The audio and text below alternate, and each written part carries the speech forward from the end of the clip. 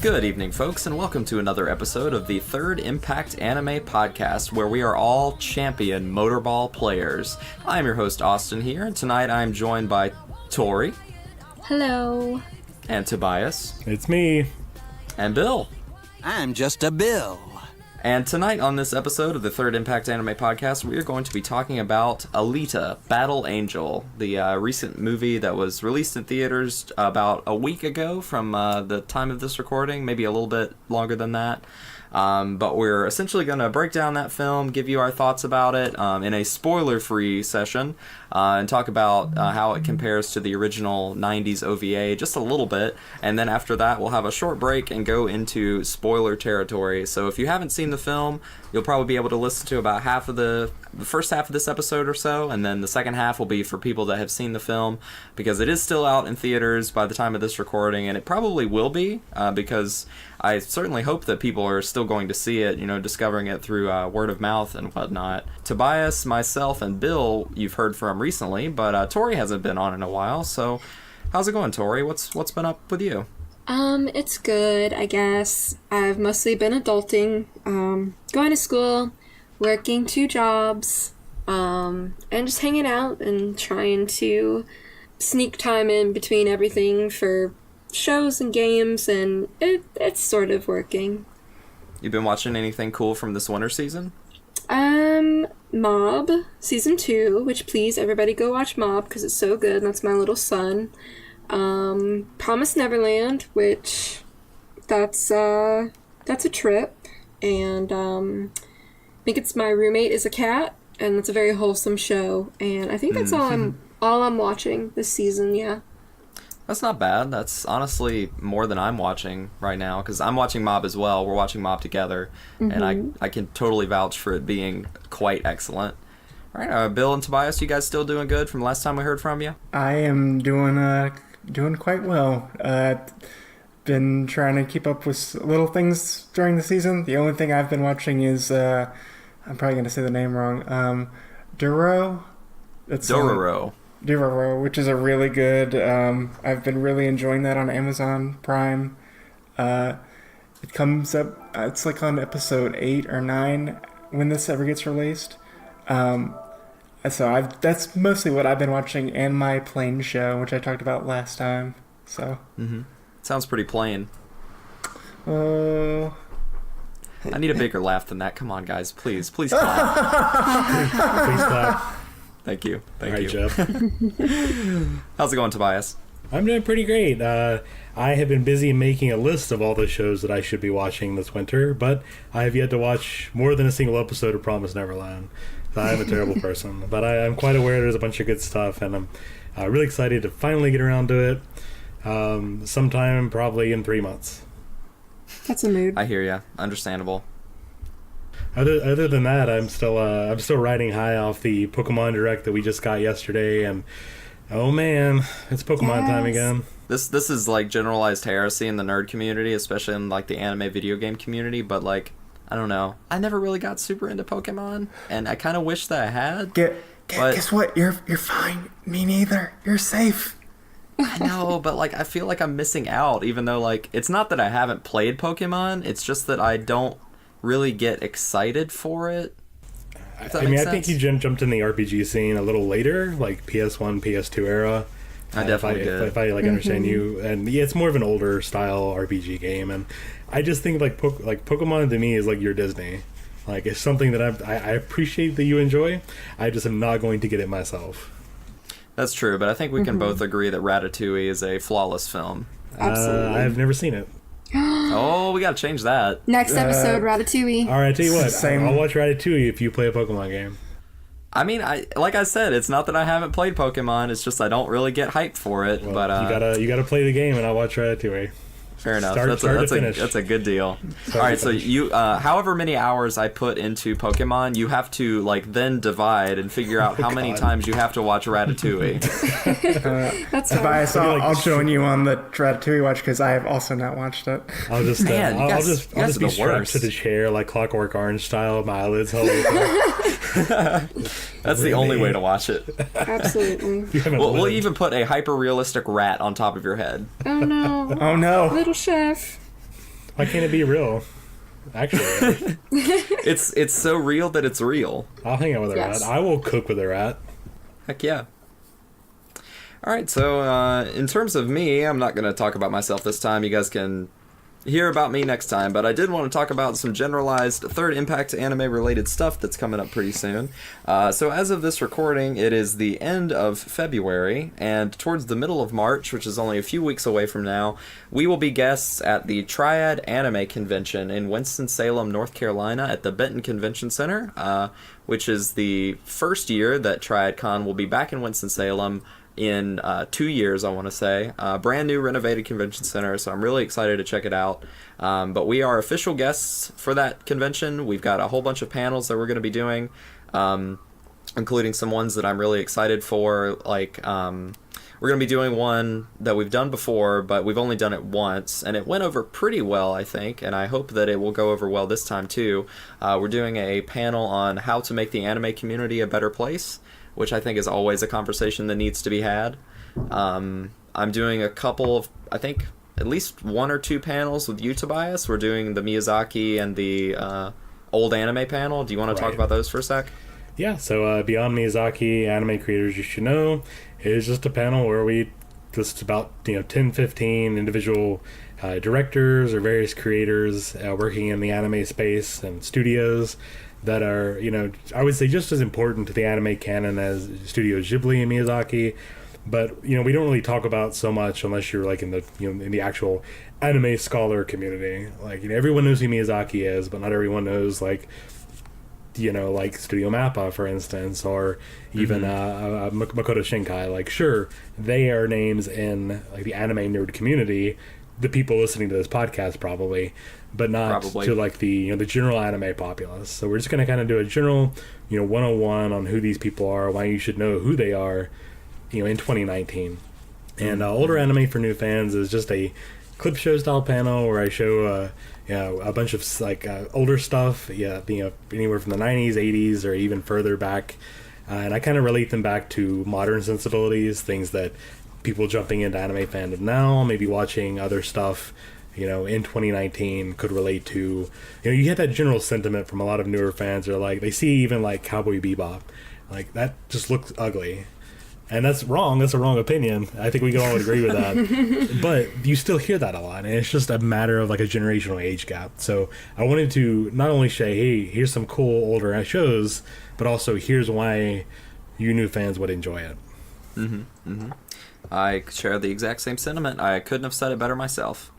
We're also doing together, we're doing a lot of panels together. Most of the panels that we're doing are ones that you and I are doing together, which is cool. So we're doing 2018 Anime in Review. We're just going to talk about some really good shows from last year. Basically like a distilled version of our 4-hour long monster podcast that we did We're gonna back be in talking January. like the entire time for that single 45 minutes. Like we cannot stop talking to condense everything down from 4 hours into one. Oh, man. And then we're also doing... I'm doing my 10 anime movies you may have missed panel, which is really fun. I'm still working out exactly what movies I want to include on there, but I think I'm definitely going to put Beautiful Dreamer in there now. I always want to talk about like Castle Cagliostro. I always want to talk about like something from Yuasa. Maybe multiple things from Yuasa. I mean, you can always talk about the subject of this podcast, since that is an anime movie. This is true. I could talk about Alita, Battle Angel, or Gundam, or whatever we're going to call it. You should at least give it a shout out. That's definitely true. That is totally valid. Which, by the way, that is a wonderful segment to go into what we're talking about. But first, we want to make another quick announcement about convention stuff.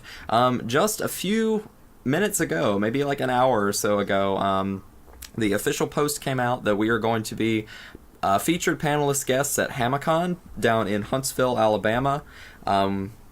We were featured panelists there last year, and they were kind enough to bring us back. Basil, a good buddy of ours from the Awesome Cast, is a convention head down there, and he really wants a good excuse to bring us down to Alabama so that he can feed us delicious food and us chill and talk about anime. So I am totally down for that. Very excited about going down there and talking to the Alabama otaku about lots of anime topics. So it sounds pretty hype to me. As a native Alabamian, I have to say I'm excited to get real barbecue again. Yeah, that sounds exciting. And I know that like half our like listener base is just going to turn the podcast off after this. But, Can't have barbecue unless it's drowning in vinegar. I still do not understand mustard-based barbecue. Sorry. That's South Carolina based. That's not North Carolina. Oh, okay. We're not going to get into the nuances of the differences of barbecue in this panel, in this podcast right now. Frick, I don't even know what this is anymore. We can do a separate podcast on barbecue. Fair enough. But anyway, even though we're not going to be guests, I do want to also mention that also later in March, myself and the Mid-Shelf guys, that is Ryan, Edwin, and Will, are going to be at Playthrough Con in Raleigh. So if you're in the area, feel free to come harass us and listen to our gaming panels. And that's the same venue as Animazement, right? Yes, it is. The Raleigh Convention Center is just one of the downstairs convention rooms, not the entire space, unless they change it this year. But it's always a fun time, and we've talked about it on prior podcasts. But yeah, we four will be there doing talks like we do the past couple of years, so look forward to us there. And we will also, of course, be at Animazement in May. We've got several panels we've already lined up for that. So I don't think we're going to be featured guests or anything, but we will be there. So we'll talk more about that, I'm sure, when we get closer to the time. But that's our convention appearances for the next few months. Yep. And to just keep up with our various announcements and stuff that we make periodically about podcasts and convention appearances and all that junk, make sure to pop over to our Facebook group, which is facebook.com/groups/Third Impact Anime Community. I could tell you guys to go over and like our Facebook page, but honestly that's kind of like a waste at this point, because like Facebook pages are nigh unseeable anymore on that awful website. But I think we made a pretty good group over there. So that's a good way to keep up with us. Or on our Twitter. Our Twitter is also pretty good. It's twitter.com/TI_anime. We post a lot over there as well. And on the website, of course, thirdimpactanime.com, where you can see all of our previous podcasts and a bunch of articles and show notes and all that cool stuff. All right, folks, we're going to take a quick break, but after we get back, we're going to be talking about Alita Battle Angel. The flicker burning, you know the time is running out. Only I see all the diamonds breaking down. I won't stay quiet, cause staying silent's the same as dying. I won't stay quiet, the flicker's burning now. This is not a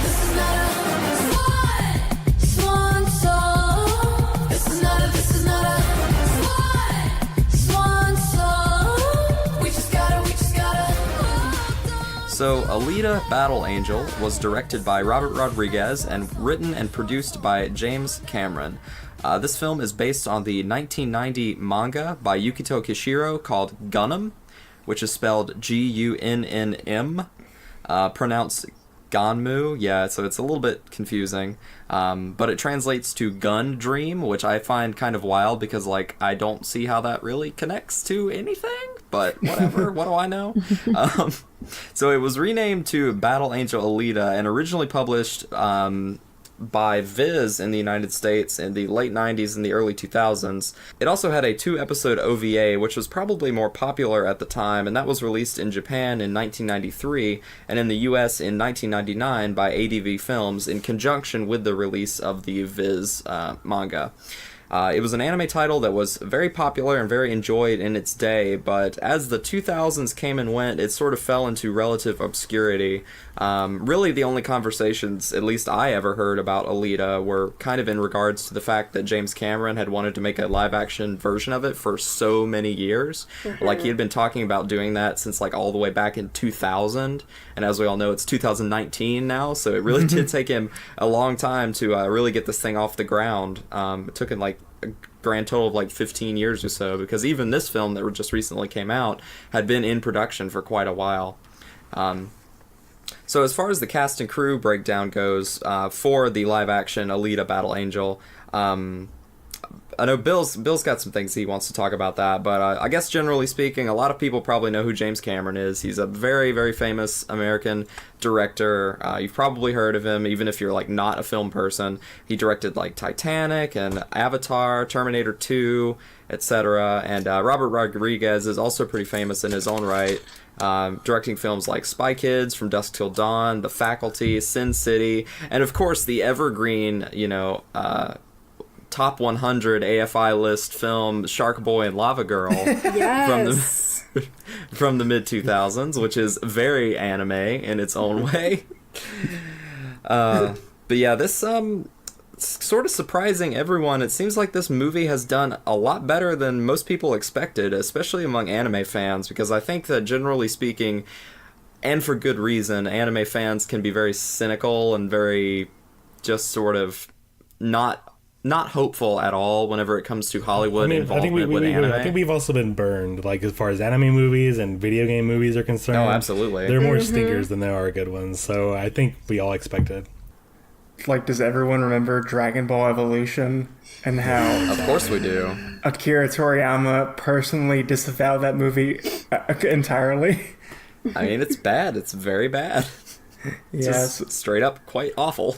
So I can understand anime fans' hesitation with Alita, because just like Tobias was saying, the anime movie track record has not been all that good. Right. And the film itself was under a lot of duress. Like I mentioned, it had been in production hell for many, many years. And the release of the film was delayed multiple times after its initial trailer was released. My theory is due to how negative the reaction was to what Alita looked like her big, like, stylized anime eyes on this human girl, which, at least in that first trailer, looked, like, quite bad. But, like, thankfully, at least to me, I think that in the final product, it looked pretty good, I thought they're, like, if they were gonna go for that idea, like, it's still a weird idea. I don't think I would have done it as a director, but for them having done it, it looked way better than it did in the original trailer, so I'm very thankful for that. It works better because, like, I was just looking at, like, posters and pictures and stuff. It works better not in motion. So, like posters and things like that, it doesn't feel wrong to me, but then when I see it in action next to other, like, normal looking human beings, I'm like in this weird, uncomfortable, like, uncanny valley place, and that just doesn't, like, sit right with me. It makes me very uncomfortable. Really? Even watching the movie? Even watching the movie, I could not turn it off, and everybody's like, oh, it gets better, you'll get used to it, and I'm like, no. I mean, I think it works. If it were just a movie full of humans, then sure, but we had so many other, like, weird robots walking around that it just kind of blended in as that. Like, sure, you never were convinced she was a real human being, absolutely, but I mean, you were also convinced that, like, Zapan or even the big guy Gruishka, like, they were obviously cartoonish, robots. But that still felt more normal to me than, like, just her face, and I don't know why, and that sounds like absolutely crazy, but it just, I don't know, man. It's because we as humans, we have this disconnect with CGI, and even though it's gotten better over time when it comes to human expression and human features, we just seem to have this disconnect of that doesn't look real, whereas if it's, let's say, a city, we're able to better adjust to it. And while we're talking about delays, it should also be mentioned that, of course, Cameron has had the rights to do this movie for like 20 years. He just is waiting for, like, technology to catch up, CG to catch up, to be where he wanted to make it. And of course, Avatar was this huge breakout hit in, like, the late 2000s, so I think he finally set a standard for what he wanted to do then. The downside, of course, is that he tied up the rights to the franchise, so we haven't been able to see any other adaptations of the original manga or anything else in the time since, which I think really kind of, like you mentioned earlier, Austin, that people just kind of, like, forgot about this franchise after the original OVA. It's something that I've heard of the series before. I'd heard people talk about it, but I had not even seen the OVA since. It's something you don't have a lot of people aware of, possibly because of Cameron's hold on the franchise. And definitely.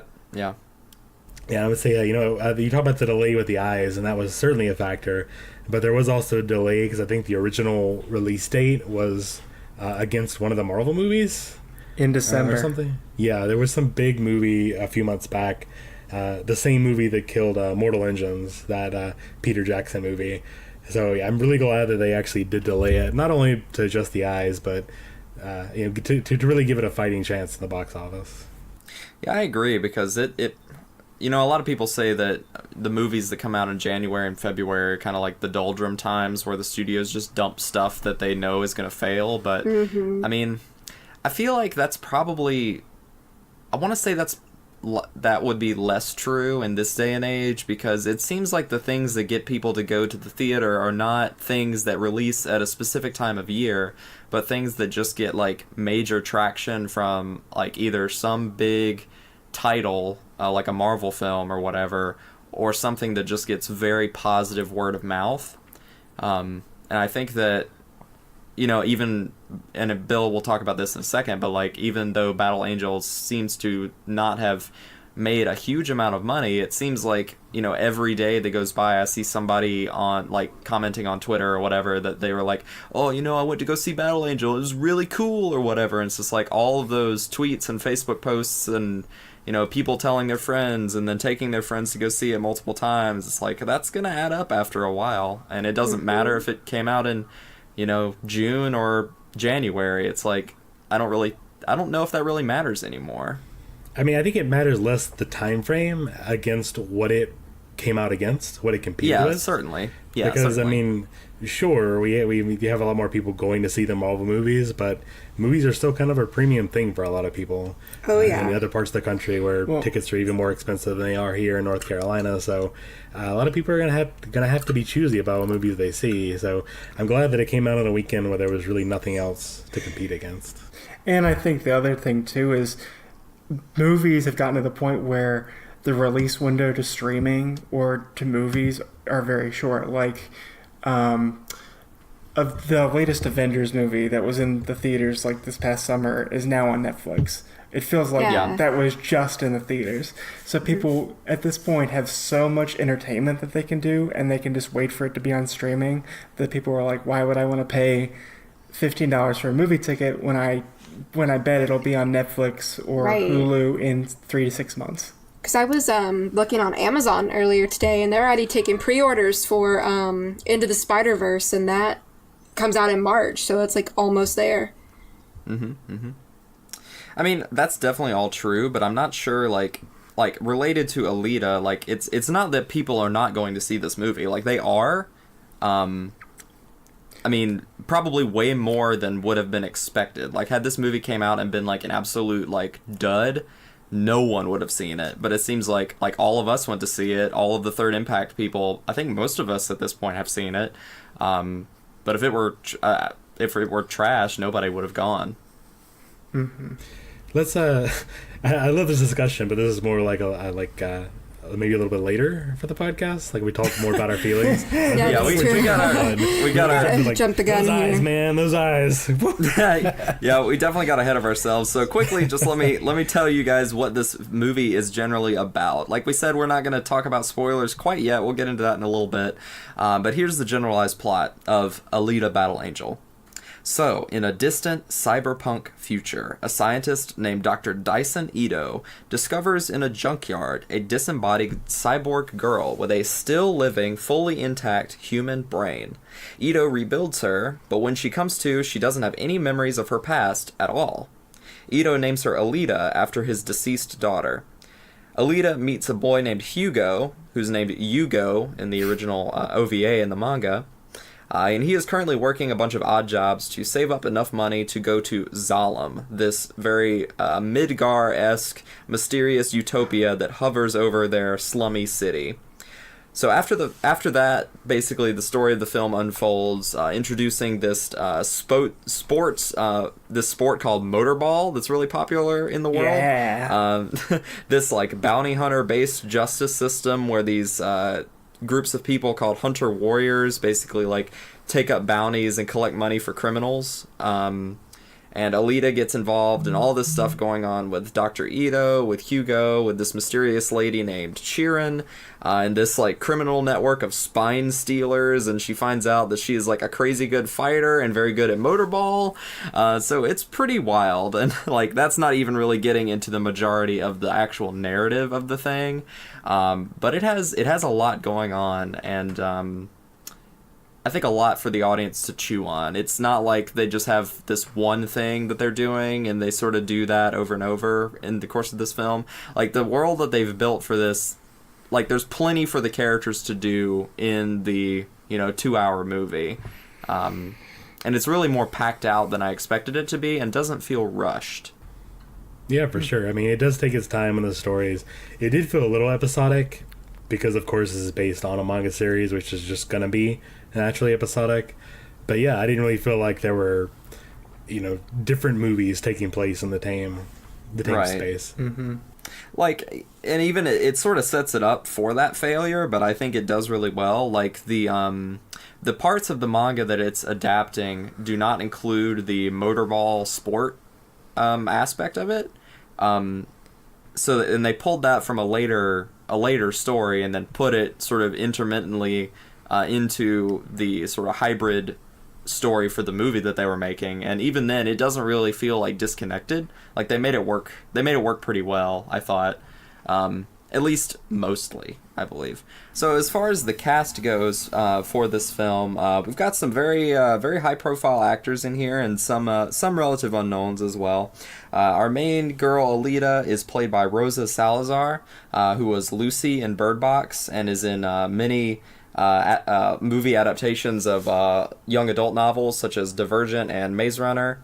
She's also in American Horror Story Murder House. Probably the biggest name attached to this film is Christoph Waltz as Dyson Ito. He's famous for being in a bunch of Tarantino movies like Inglourious Bastards, Django Unchained. And he's also in the James Bond movie Spectre and Big Eyes with Tim Burton. We have Kean Johnson as Hugo, who is famous for being Colt Wheeler on Nashville and Tom on The Fosters. I have no idea if anybody on this podcast will have any idea what those things are. I do, because I used to have basic cable TV. Nashville and The Fosters are what I like to call basic cable pretty people TV dramas. So like anything that you would see on like ABC or ABC Family, now it's Freeform, whatever, where there's just a lot of pretty 20-year-olds with dramatic problems. He's probably been on those types of shows. It's totally the type of show that people listening to this podcast are definitely going to know about, 100%. We have Mahershala Ali as Vector, and he is famous for being Juan in Moonlight and Uncle Aaron in Spider-Man Into the Spider-Verse. That's cool. Oh, nice. So we have the very famous Jennifer Connelly as Dr. Chiron, who is in Labyrinth, a movie that almost everybody has seen if you've ever been a child. Marion Silver in Requiem for a Dream, another very anime film. And we have Jackie Earle Haley as Gorishka. He's famous for being Rorschach in Watchmen and Freddy Krueger in the 2010 horrible mess that was the Nightmare on Elm Street reboot. We have Ed Skrein as Zapan, who was in Game of Thrones and is the main bad guy in the first Deadpool movie. So, I guess going in, we'll start off with Tori. Mm-hmm. So, going in, what were you expecting Alita to be, and then what did you walk out with thinking? I went in not knowing any context about anything other than, like, kind of, like, seeing pictures or like screen caps of like the manga and things like that, like of the character, but I had no idea what the plot was going to be. Nothing, no preconceived notions or anything. So I go in, and I feel like people are going to hate me for this, but I get very bored by sci-fi movies because I feel like if I've seen one, I've seen them all. So I was kind of like, well, I'm going to go into this and I'm going to be a little bit bored, but it was exciting enough to keep me like entertained the entire time. I will give it that. It was entertaining. And I found myself kind of rolling my eyes quite a few times, but I was still entertained, and I walked out thinking, I'm glad I watched that movie. It was fun. Are there spoiler-free ways that you can say why you were rolling your eyes? Mostly the romance stuff, because it just felt not right. It was very just false, and I'm like, how did you create Titanic? One of the, like, best romance movies of all time. Whoa. I'd fight you there, because I don't know if the romance of Titanic has aged well, but... Okay, that's valid. That's very valid. Yeah. But, like, back in its day, like, that was considered, like, the greatest, like, romance movie, right? But then it's like, we look at Alita, and I know it's a different genre, it's a different time, and whatever, but it's just so lame. Like, the romance was so lame. Compared to how, like, the little bit, you know, that was kind of given in the OVA.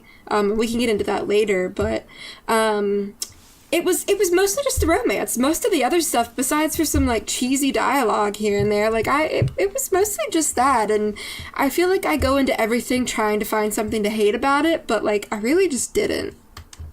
Well, Tori, you know, maybe this perspective can help you. So I have been in a committed romantic relationship for a few years now, and I can just vouch for you that it is completely lame.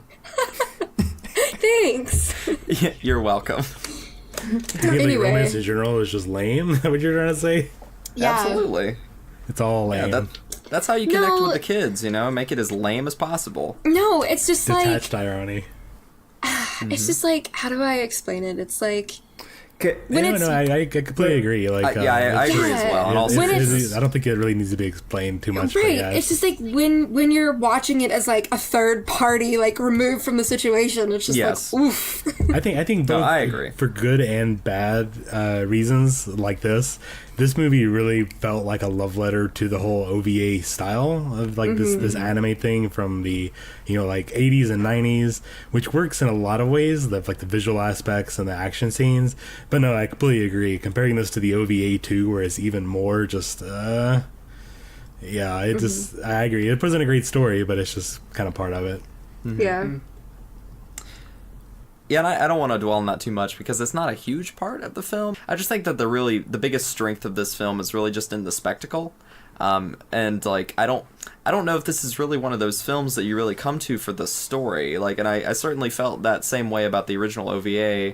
Something that I didn't have an attachment to, much like everyone else here. I don't think any of us really had much of a pre-attachment to Alita, like, at all, other than maybe hearing about it through the grapevine. So that being said, before I just keep talking, I want to make sure to get everybody's take on it. So, Tobias, what was your thoughts about Alita, like, before going into it, and then what were your thoughts after leaving the theater? Yeah, so the original OVAs and the manga have always been on my eventually get around to list, but I just haven't got around to it. I hear that. I've heard really great things about the manga in particular, and it's always been something I wanted to check out. I just never got around to doing so. So even in the lead up to the movie, where I was telling myself, all right, I'm going to sit down and watch the OVA first, I didn't do that. So I was going into this knowing that you had a robot girl, Alita, or a Galley, if you go with the original. Her dad is Christoph Waltz from Inglourious Bastards, which is what sold me on it, like, solely. And the general background is all like dystopian cyberpunk kind of stuff. I originally, like most people, wasn't looking forward to this, knowing what we know now about, like you mentioned, Dragon Ball and like Ghost in the Shell and all those other adaptations. But I saw a lot of people talking about this movie and their first impressions of how much it captured the the original feel of the OVA. And that's really what stuck me into, wanting to check this out, is hearing all those really great things about it from the first few premieres. Yeah, I mean, I feel like that's probably just the general consensus, I think, is most of us kind of expected it to be kind of crappy. Yeah. I mean, probably going in, like, before we knew anything, like, yeah, this is going to be a Hollywood movie. And I think it works out better than that. I came into this movie with low expectations because I knew it was an anime manga adaptation. I hadn't watched the OVA at the time, and I hadn't read the manga. Like, it's a name I had heard of, but that's about it. So I came in with low expectations, thinking it was going to be just as bad as, like, the many Death Note adaptations. So I went in, and I loved the sheer B movie greatness that this movie is. It reminds me of a great B movie you would find at a rental store in like the 80s or the early 90s. And not to harp on it, the things I loved about it was, one, the action scenes, which I think we'll get into later. Like, the fight scenes are so entertaining and so fun and elaborate. And also just the sheer cheesiness of it. Like, the romance, I love the romance because it was so cheesy and so corny. And that dude should be called Zac Efron 2.0 because he looks like Zac Efron's twin. And Garage is pretty much Juggernaut from X-Men 3 Last Stand. Vinnie Jones was probably there helping him on the set. I also loved the rollerball aspect of it because I just loved the B quality of it. And the other thing too that I liked about was they didn't just the weird treatment of Alita of just like, okay, Alita, stay around while I go do something. And then knowing that she's completely new to this world, just walking around, just the sheer kind of cheesiness of the script and the logic issues of it. But that doesn't matter. What matters is Alita will kick everyone's butt, and we need to figure out what's going on in Zion and why everyone cares about this grand floating city. And I found that mystery part was also pretty fun. But sorry, this is my rant. No, you're fine. I think what sets this film apart from other like high concept like Western sci-fi movies is that like it keeps it very simple. Like, they don't, like, the original source material, at least what was adapted into this live action movie and is pretty much identical to what is in the OVA as well. It's like, yes, they've got these, you know, high concept cyberpunk elements, but everything is kept very, very straightforward. Like, there's this bounty hunter thing, there's this mysterious city, and there's these cyborgs everywhere, and there's some mystery with Alita. Like, it's not too, for lack of a better description, like Final Fantasy 13, sophisticated. Like, they're not trying to be... but like, but like most of the time, like, sophisticated sci-fi is good because it's sophisticated. But like, what I'm annoyed by is like fake sophisticated sci-fi stuff that like tries to be like super heady or super interesting or whatever, but it just turns up flat. Yes. And I think that Alita is a great example of being like, okay, let's keep it simple, let's keep it really cool and very awesome, and just do what we know we can do, which is like really cool action scenes, really cool like cyborg world building, and just go for that like head first. Yeah, they kept it simple, stupid. Like, Yeah, that's sorry. that's what works. Is just like you understand what's going on. They don't try and drape it in like deep psychological questions about humanity or what is the role of man. Like, it's just a fun B movie of Alita wants to figure out who she is, and to do that she's got to beat a bunch of people up. Yes. Yes. That is a great plot synopsis, actually. Alita does not know who she is, and the only way she can find out is to beat up a bunch of robot people. I mean, have you not gone on that journey too? I mean, I think I'm about to start that journey, honestly. Okay. And the first robot I'm gonna beat up is my router. Because I know the listeners will not hear this because I've edited it, but my internet has crapped out like 6 times.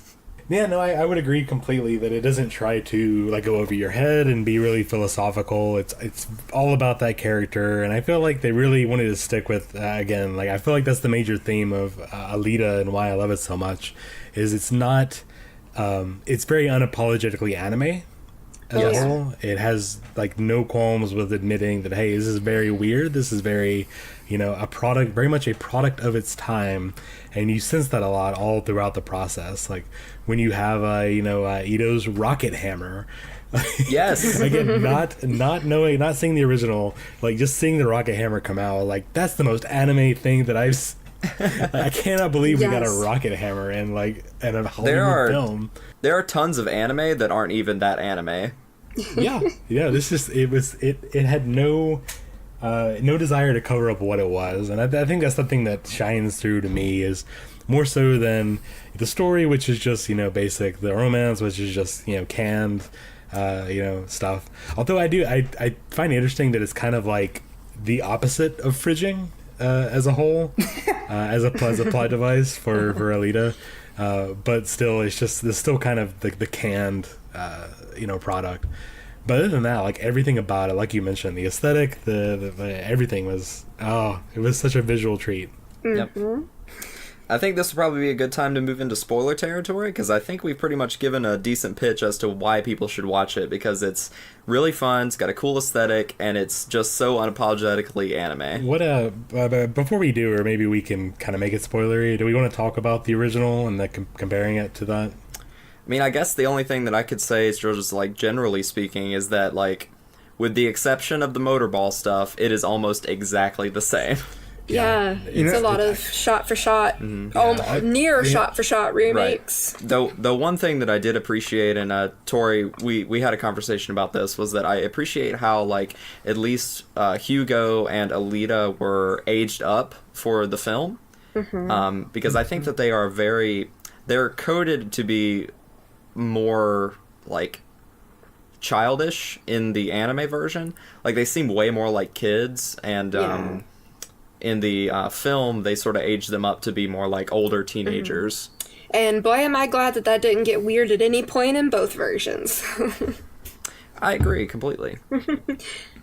I will say that only seeing the OVA after the movie, I feel like I really prefer the movie. Yes. I feel like it told the same story, but the OVA it felt really rushed. They were getting a lot of story that they were working on a very limited time. I think the whole thing is like an hour or 2 hours? An hour. It's less than that. It's only like 55 minutes. Yeah, both episodes are like a total of an hour. It's like half the runtime of the movie. And I feel like the movie really spent time developing Alita's character and just like her growth, where the OVA just felt really, really rushed. Like they were just trying to focus on copying these scenes from the manga, making it kind of animated, and it again still has that classic like 90s style, that OVA hyperviolent style, but I really appreciate the movie for really trying to develop these characters a little more. I do though have to say I did like Yugo's character more in the OVA, because in the movie there's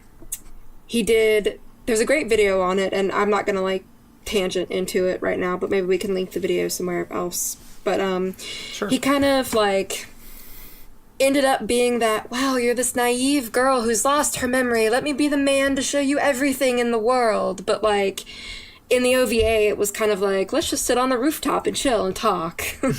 I agree with that. Yeah, and I feel like that's a trope we just see so much in like sci-fi that it gets kind of like annoying almost, where it's like, I need to be the most important man because I've shown you everything and I've shown you how the world works and blah blah blah. I'm like, it's not egregiously bad in the film, but that video ruined me, like. But I can show you the world. Yeah, Aladdin, totally guilty. But yeah, I felt like his character, to me at least, was a little bit better in the OVA, because he was just a kid having some fun and talking to a girl, and then they liked each other. All right, folks, are we moving into Spoiler Town now? Sure. Okay. Cool. So if you have not seen Alita Battle Angel, go see it right now. Please. And turn off this podcast. Go see it, and come back, and you can finish the episode. We'll talk to you soon. We'll hear from you shortly. All right. Go, cool. Run. All right. So, I guess first things first, whenever it comes to spoilers, so I'm really glad that the dog death was off screen. Same. God, I watched that in the OVA. Like, I watched the OVA today before we recorded instead of doing my homework like a responsible human. But, like, I was just like, no, that poor dog. Yeah. They probably did that to maintain the PG-13 rating. Right, but in the movie, it made more sense because we bonded with the dog in earlier scenes. That way, we cared about it more when it happened. Like, not to say that I didn't care, like about it in the OVA because like I don't like to see animals be harmed in any capacity, and it just was like, oh, that happened, didn't it, in the OVA, and it was like one and done. Yeah, it felt like it was just sort of like a quick visual gag, like, look at us, we can be really violent. Let's just disembowel a dog because. You find the romance annoying in the movie. I found the dog annoying in the movie. I'm glad he wasn't shown. Bill. That's because you own 2 Shih Tzus. No, well, here's You've the been thing. burned on I'm glad they didn't show his death in the movie because I think that would be mean and cruel. But the thing I didn't like about it is the dog just showed up when they wanted the dog to show up, and then he just runs away. Like, it's for if I was a dog owner, which I am. I would want the dog to be with Alita the whole time, so that way I feel like they actually have a connection and not just a prop that shows up every couple minutes. Yeah, but it wasn't her dog. It was that one Hunter Warrior's dog who had the other cyborg dogs, which No, were Was also that quite was cool. that his dog though? The Hunter Warrior dog was just sympathetic of like someone who doesn't love animals. I do not like them. That was his stance. He didn't own that dog. Yeah. Are you sure? Because Yes. he like jumped up in his lap and started like he was like petting Because himself. he's the dog He exuded a powerful dog energy, and the dog immediately trusted him. Okay, fair enough. BD. BDE, big dog energy. Perfect. I love that character. He was my favorite character He in the was the entire best. movie. So I was like, when I grow up, I want to be that man. Yep. I did think that dogs. was one really fun scene, like that whole extended bar fight sequence, which was not in the OVA at all, was just a lot of fun. Like Alita just walks in there and like she states her demands like immediately, Super and, like, naively. And they laugh at her, which is absolutely fantastic. Because wouldn't you? And then I mean, yeah. the best part is like when she says like I'm gonna fight them, and then the boyfriend basically is like, well, I gotta go help her, and he's like, no, you stay behind the bar, I got this. I'm with her. Yeah. I mean, those Hunter Warriors are dangerous. I mean, they're all like mostly cyborg, and like that one dude, what was his name? The really gnarly one, was that Zapan? Japan? Yeah. I So he think was- so. He was like such a ruthless man. Just a face. Yeah. So in the movie, you know how Hugo's dying and then she has to like face off between with that guy. Grishka. No, not Garishka, the hunter warrior. Zapan. Oh, yeah. Yes. I got to that part in the OVA and I was like, okay, this isn't as good. And I was like immediately like taking back my words when she electrocuted that character into a skeleton. Right. And I was like, okay, you know what? I'll take it. Too bad we didn't get to see that in the movie. Instead, she just cut his face off a little. A little. Look, Quite a lot, actually. but, A but little. But no, the best fight is when she faces off Garage in the sewer, and he's like, "Welcome to my world." And then when she's basically got all her limbs torn off, and they get the one F word in there, and it's just so good. Yes. That was a very, very powerful scene. And I was kind of bummed that we didn't get to see that that didn't come from the anime. So that was actually a cool addition. Because as I was going through, I was like, they didn't really change too much except a few characters here and there, and then they added some scenes, and I thought that one was super awesome because, like, she, was in this really awful situation, but she just persevered and, like, took him down with one arm and a torso. Breaks off her other arm in his eye socket. Exactly. That's so Incredible. I know. That was really awesome. That's when I was kind of just like in my seat going, yeah. Yeah, like that's like that was the moment I was just like, man, this movie's cool.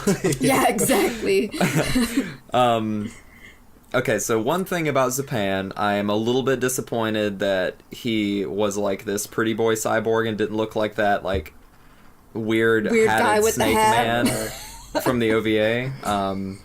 So he was like a completely different character, which I mean, it's just a difference of interpretation. It's not a mark against it or anything. I mean, he but didn't I really like do that anything big until hat. the end in the OVA. He was there in the background for a couple scenes, but it wasn't Oh, until you're right.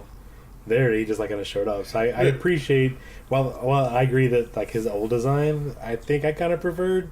I did like the fact that he was an actual character I completely agree. I'm just mainly whining that we didn't get a guy with a stupid hat. Yeah. He's the guy that you see when you have sleep paralysis. I didn't like. I hope not. Tori, are you okay? No, why? Talking about your sleep paralysis and the anime characters. Completely off topic joke, but there's this like general thing that when you have sleep paralysis, a lot of people see a man wearing a hat, like a tall man wearing a hat, and a coat, like a long coat, and so it could be him or Ito apparently. Yeah, it's Zapan. It's Zapan, and then like Ito is creeping up behind him, also wearing a hat but with a hammer. Oh, can I share my fun fact really quick? Oh, go for it. When I was doing research earlier, apparently the OVA was released in Japan literally a day after I was born, so you're all welcome. Thank you. This is A a day very after kind. What? A day after what? A day after I was born. Literally the day after I was born, Alita was released, man, so you're all welcome. This OVA is as old as I am. Battle Angel Tori. Yes. God, See I it wish now. I had a cyborg body. You have to break your arm off in Edwin's eye socket. Alright, let's go. I don't need it anyway. Speaking of that, I have to say that I liked her porcelain-looking body in the movie a lot more than just her regular, like, silver cyborg parts. I thought that was, like, really aesthetically pretty, and I felt like that was a good... Maybe I'm just reading into it too much because I do that a lot, but I felt like it was a good transition between, like, them treating her very, like, little girlish and very overtly femininely, and then she's like, no, I can do this, and then she, transitions into the other body and is, like, this tough, like, awesome. I mean, she was, like, tough and awesome all along, but, like, visually, that's kind of how my brain connected it. I was like, oh, she's going from this... Yeah. I think that's exactly how you're supposed to read that. Okay, good. Like, that seemed very intentional to me because, like, originally, like, she was so baby in one way because, like, Ito's character, like, that was his daughter's body. Like, that was something that meant a lot to him, and he was just like, oh, I want to take care of this because he's sort of treating Alita as, like, his daughter's legacy in some way. It's just like, oh, here's my chance to, like, do this mistake I made over again or whatever. Right. So that's why he was so protective, but then, like, he learned that, of course, Alita is not his daughter, and he has to sort of let her be who she is, and let go, and that's sort of done very, very literally in the film, because, like, her old body, like, breaks, and then he has to be like, okay, yes, I will do the thing that I didn't want to do, and give her, like, super powerful, like, warrior armor. Yeah. So that's him sort of, like, letting go of that control that he was trying to, falsely, lord over Alita in some ways, even though he was, generally speaking, I would say, in the grand scheme of fictional father figures, Ito's not a bad one. He's pretty good. No, because... Well, go ahead. You do your thought, and then I'll say my thought. Because I made notes. I made notes on this. Okay, one, I don't think he was that good of a dad, because, one, he's very absentee-minded of just like, you stay there while I go do this other thing, even though I know you want to learn more about the world and explore. But that's like all parents. Like, they to a degree, they, like, all want to, like, want to make sure their kids are safe and make sure they don't go and do anything bad or of course, whatever. of course, the extra wrinkle here is that he's already had a kid that died, so he's going to be double protective of her. Yeah, and my notes were kind of like, I feel like his intentions and his personality were conveyed better in the film than in the OVA, because in the film, like, he is just he's very gentle to her. He is legitimately trying to, like, educate her about things. And yes, he still is the overprotective father figure, but I feel like he comes to the realization, like, a little bit quicker that, oh yeah, she can handle herself. She's like a battle cyborg, duh. But, like, in the OVA, he's literally just like, okay, I found you out of the trash. Let's go. You gotta do everything I tell you to do. And I am your father. And she's constantly just like, screw you, Dad. I'm gonna be a hunter warrior whether you like it or not. And I just feel like it takes him longer to kind of come around to that. If he did it all, like I literally just watched this like 2 hours or 3 hours ago, and I'm just like, I've forgotten it already. But I feel it rushed. I would say, like, from a general movie perspective, it was very nice to see Christoph Waltz in, like, a sympathetic role. Yes. Because I have only ever really seen him as villains. So Yes. I think, I mean, he did a fantastic job. Like, as soon as he started acting, like, every preconceived character of his that's more, like, villainish was just, like, wiped away because he was playing that character so genuinely. He was a good guy in Django. That's true, but he was still like an anti-hero kind of character. But then Okay. again, you could argue that so is Ito because he's still a hunter warrior and he murders cyborg people. And Yeah. my favorite line of his is when after the bar fight, he's like, "Stop it! No repairs." And everyone immediately, That was so funny. I loved that. That was so good. and everyone immediately stops because it's like, "Oh yeah, he's the only one that can he do doesn't this." charge me. That's right. I loved that. That was Yeah. incredible. Such I a good, think such a good moment. intentions or not, I feel like Waltz as Landa and Glorious Bastards and what was the guy? Yeah, Schultz. Yeah, Schultz and Yes, Django. Schultz. Like they're both really over the top, very German characters, very like foreign and sort of goofy kind of characters. But here he's a lot more like subtle. Oh yes. He's more sympathetic, like you mentioned, acting. Which is very glad to see him doing other roles. I really like his repertoire. All right, folks. So we've said a lot already. We've sort of rambled because it is a little bit late, but that's okay. But in the spirit of wrapping it up pretty quickly, so it seems like hopefully we'll get a sequel. They're setting it up for a sequel. I'm gonna be the bearer of bad news for you.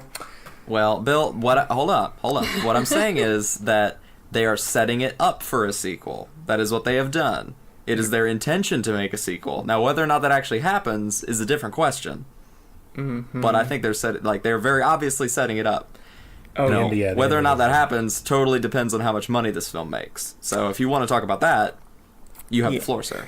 It's been estimated from costs that this movie cost over $500 million to make. Of course And- it did. And that's probably not including the hidden advertiser costs that they don't have to disclose. So far, the worldwide gross for this movie is $286 million. I'm rounding down a little bit, but that's about as much as it made, which is pretty good. But that is seen as a failure because it's not over $500 million or more to break even. Now, I mean, that being, honestly, for a lot of that, we have to thank China for last weekend push as well. Yes. oh yeah, because only here in the United States, it only made $64 million. So China really saved its bacon for the most part. I think, I mean, yeah, that's a lot of money, but the thing that makes me sad is just movies have ballooned up to so much where if it doesn't make $1 billion, movie studios aren't happy. Like, think about Batman versus Superman: Dawn of Justice. That made over $500 million, and that was seen as a failure. Same with Solo. Same with Solo, where that made $500 million, and that was seen as a failure and made them stop doing the yearly anthology Star Wars movies. So I think we're not going to get a sequel, even with this total that's pretty respectable. It's just budgets have just ballooned insanely, unfortunately. And I saw one tweet that said, like, why do fans care about box office? And it's like, why should we care? And it's because we've become smart, we've become more aware of it because of the internet, and because we've learned that box office determines whether we get more of the thing that we like.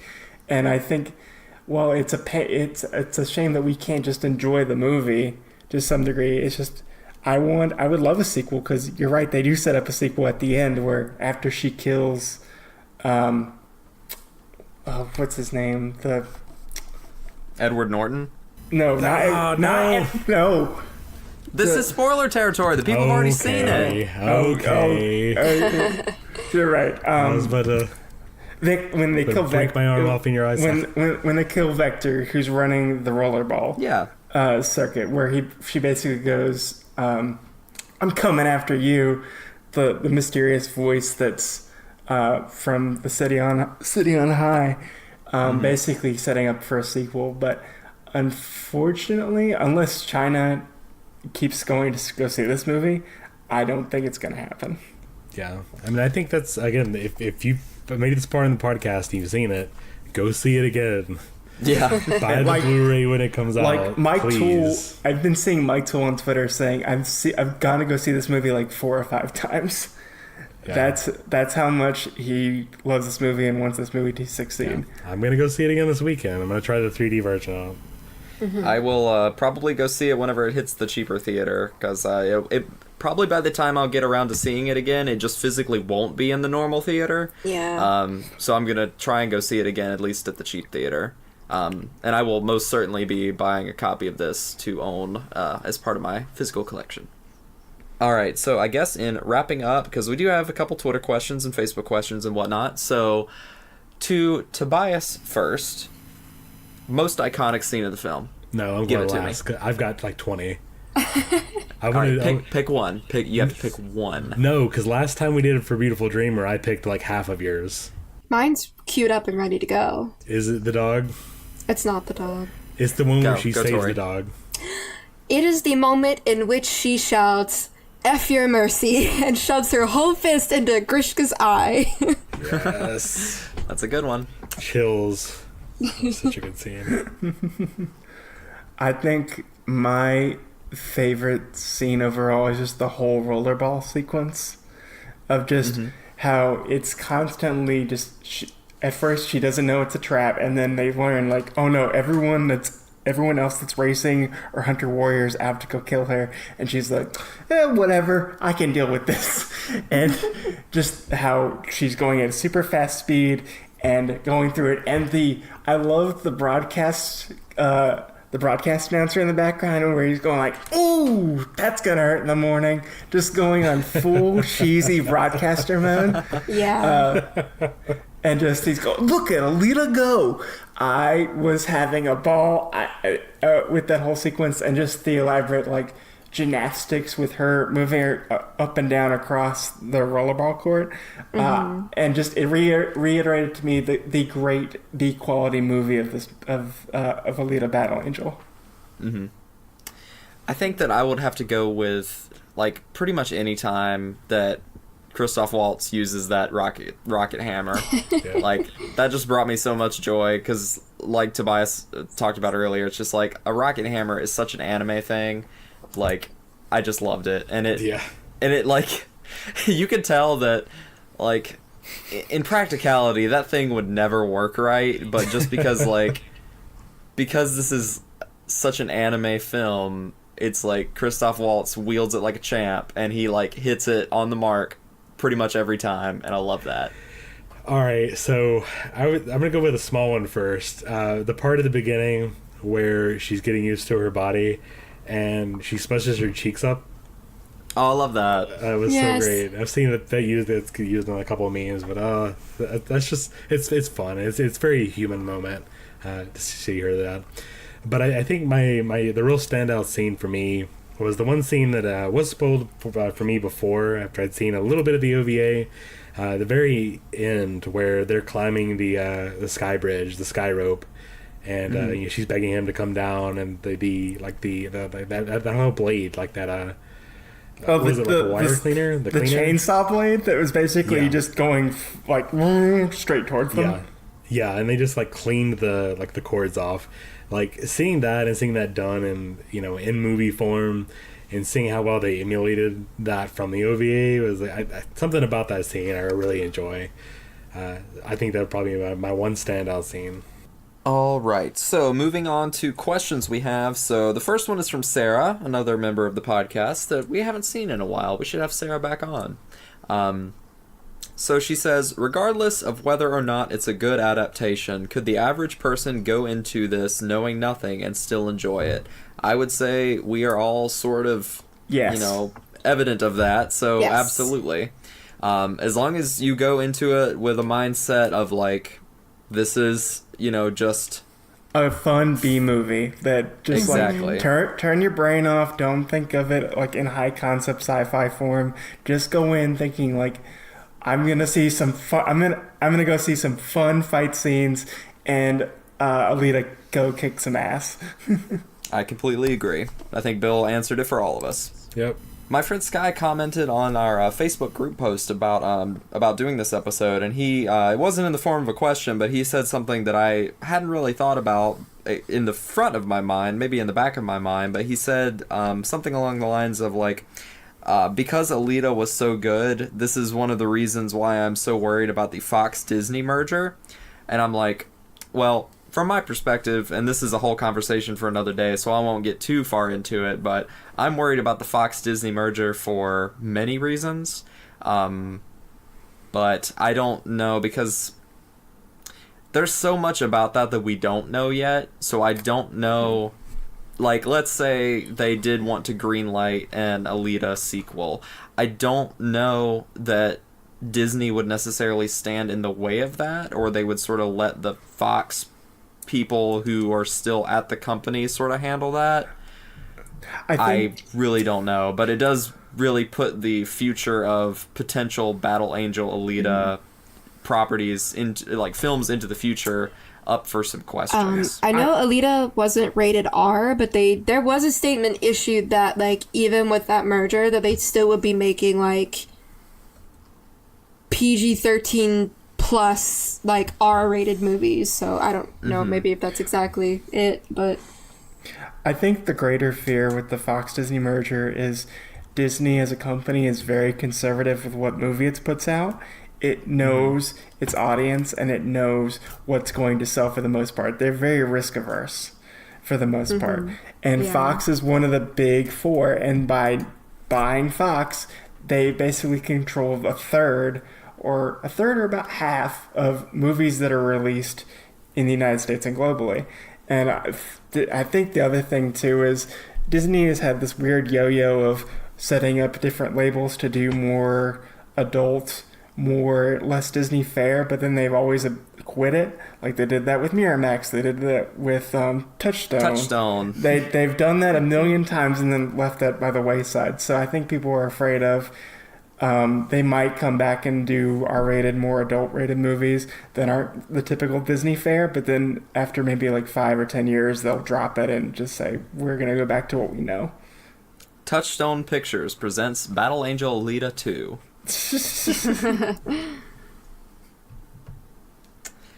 But yeah, that is definitely something to consider, because that merger will affect so much. We just don't know exactly how yet. Yeah, like, I think that's the thing people are getting lost in. Like, yeah, you're getting the X-Men back, but there's greater effects of this merger than just the X-Men coming to the Marvel Universe. Exactly. Like, the mass media conglomeration is not worth having Wolverine in the Avengers, in my mind, at least. Yeah. I guess. Yeah, it's not worth it. Yeah. Anyway, so Edwin asks, Motorball was added to the movie earlier than it was in the manga. Do you guys feel it was a good change, or did it feel shoehorned? Personally speaking, I thought it worked pretty well. It reminded me a lot of Tron, about how, like, they stopped the movie a couple times to just do, like, a light cycle race. And, like, I never really minded that, because it was cool. So, I guess if they're gonna stop a movie to do some sort of, like, sports ball or racing thing, at least make it cool. Yeah, like, even pod racing was one of the best parts of The Phantom Menace. So, it was cool. It cut in and out enough, like, even though there was a large chunk of it later on in the movie, but it cut in and out enough with other plots that, like, I wasn't bored by it. I thought it worked really well. Mm-hmm. Yeah, that is true. They did mention it very early on with that mock race they were doing, and it seemed like a natural part of it. I mean, sure, a lot of the movie felt episodic in places, and that was one episode of the movie, so to speak. But no, like, I felt like it really worked, and it was a great visual set piece to, like, tie that all together. I thought it also intricated with the plot of just, like, at first they thought to get to the mythical Midgard city, they have to get a bunch of money, and to get a bunch of money, you have to play rollerball.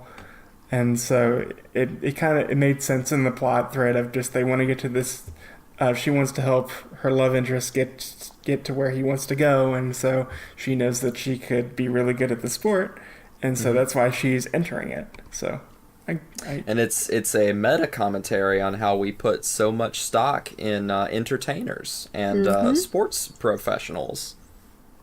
Sure. What is that? Is that too much? No, I don't think so. Yeah, I think they just wanted to show a bunch of people beat the shit out of each other. Yeah, I Or think, that. yeah. I think we're both right.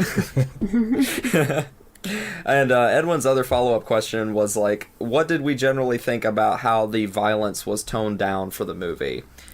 I mean, I don't really think that well, first of all, like, the violence in the original OVA is like, it's there and it's gory whenever it happens, but it's not like a slaughter fest, like a Ninja Scroll or a Sword for Truth kind of movie. Yeah. It's got some gory scenes, but it's really not that bad, and like, having that stuff not appear in the live action film, I don't think it takes anything away from it at all.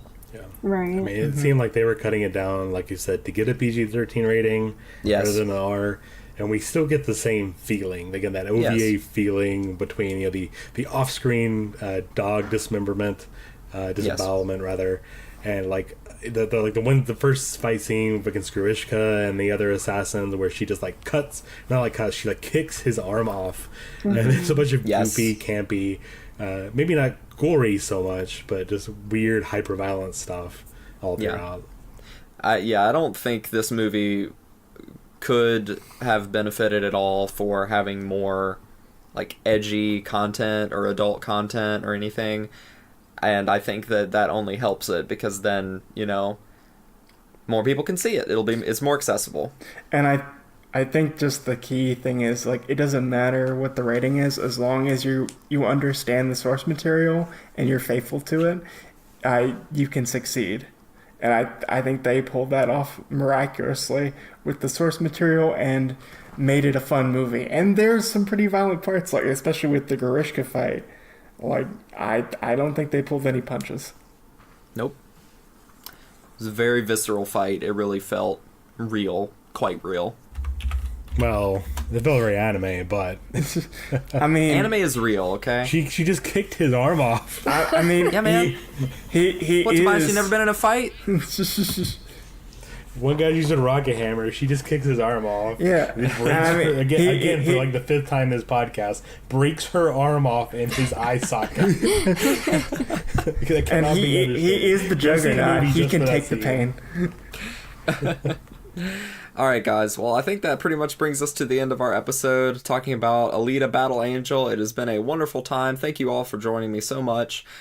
Please, if you're listening to this episode, go see this movie. Or if you're listening to it way after it's been out of theaters, please go pick it up and buy it on Blu-ray. Give this movie your money. It is very good. It's totally worth it. And I think that it will probably have a lot of rewatchability. I could see myself, you know, popping this movie on whenever I just want to have something to, like, you know, watch in the background, just to have on and just chill out and have a good time. And while you're watching good anime adaptations, go watch Speed Racer 2008 too. That's true, man. The Maybe only we should other do an good episode anime on that. adaptation. Maybe we should do an episode on that someday. We should. Yeah. I need an excuse All to right. rewatch it. All right, guys. You want to do Twitter roundup? Tori, you start. You can follow me on Twitter at worstwaifu, where I am usually screaming about something. Tobias. You can follow me on Twitter at Bebop Shock. That is Bebop as in Cow Bebop, and Shock as in Yua Shock. Yep. And you can follow me at Reverend_Tobeans McNabb. That's me.